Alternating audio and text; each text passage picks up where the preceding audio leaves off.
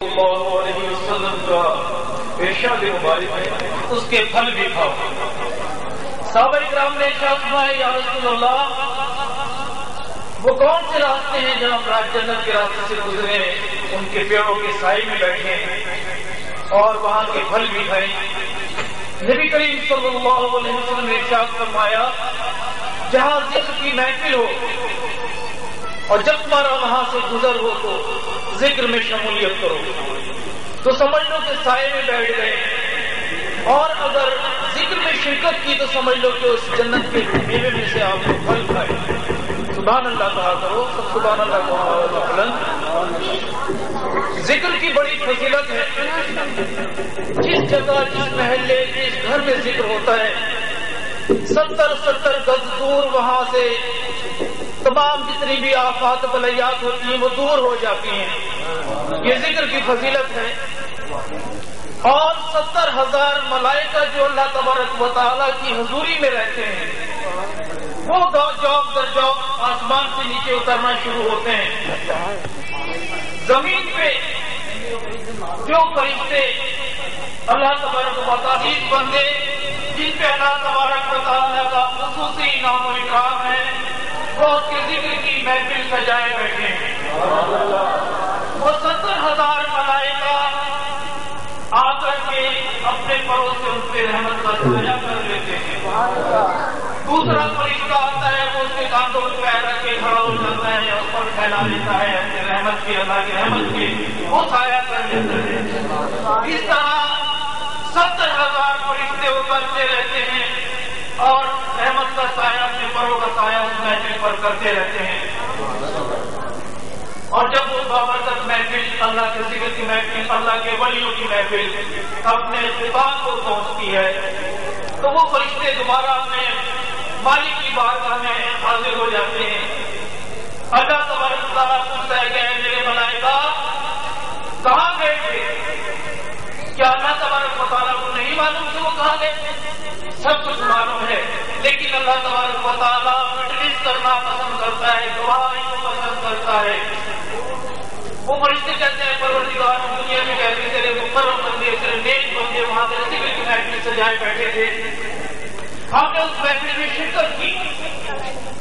تو اللہ تبارک و تعالیٰ کہتا ہے کہ اے میرے ملائکہ وہ کیا کہتے تھے؟ بولیں گے اے میرے معبود وہ تیرے ذکر کے بعد دعا کرتے تھے کہ اللہ ہمیں عذاب قبر سے اور جہنم کی آگ سے محفوظ رکھ۔ تو اللہ تعالیٰ ارشاد فرماتا ہے کہ اے ملائکہ کیا انہوں نے میری جہنم کو دیکھا ہے؟ تو فرشتے کہتے ہیں کہ اے پروردگار انہوں نے میری جہنم کو نہیں دیکھا۔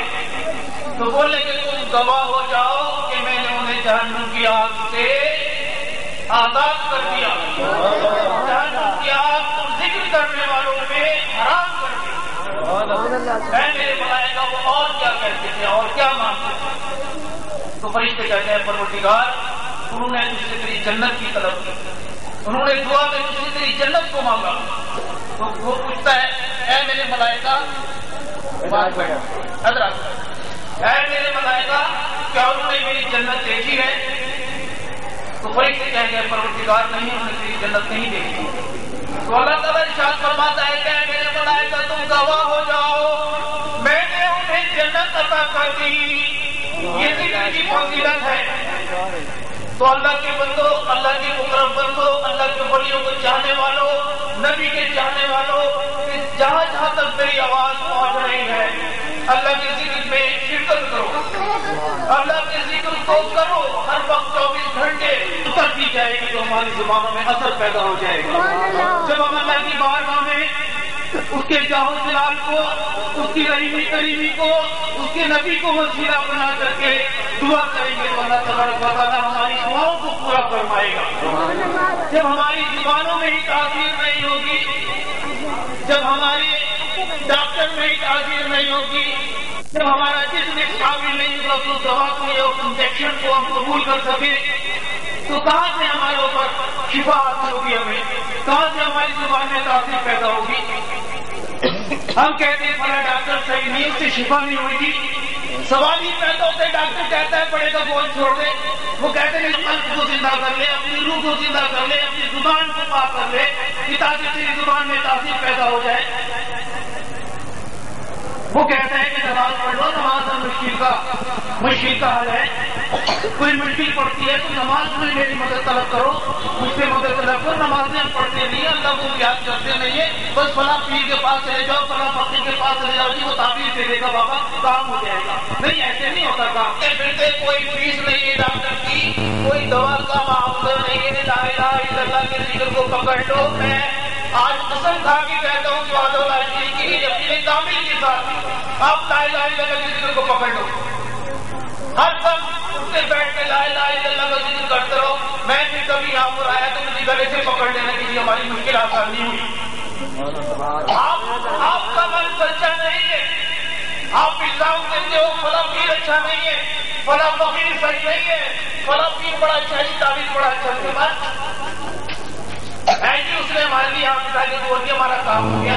ہمارے پاس وہ آپ ہی نہیں ہے جو دیکھ سکے، سمجھ سکے کہ یہ پیر آئے کون سا مدرا پڑھ رہا ہے، کون سا گڑا پڑھ رہا ہے،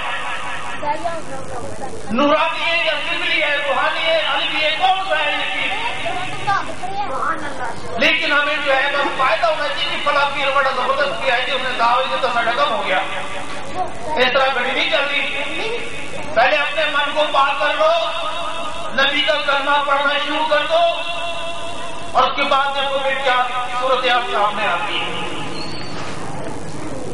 آج ہمیں یقین پر ہمارا یقین ہے کامل، نہ ہمارا یقین کامل ہے، اس کی وجہ سے نہ ہمارا ایمان کامل ہے، عقائد میں ہمارے کھوٹ ہے، ایمان ہمارا متزلزل رہتا ہے۔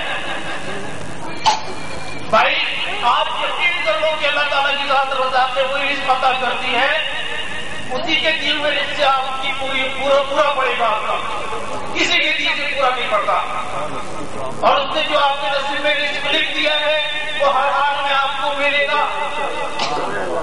اس میں تو آپ اللہ تعالیٰ کی ہر نعمت کو سمجھو گے کہ کون سی نعمت ہمیں مل رہی ہے۔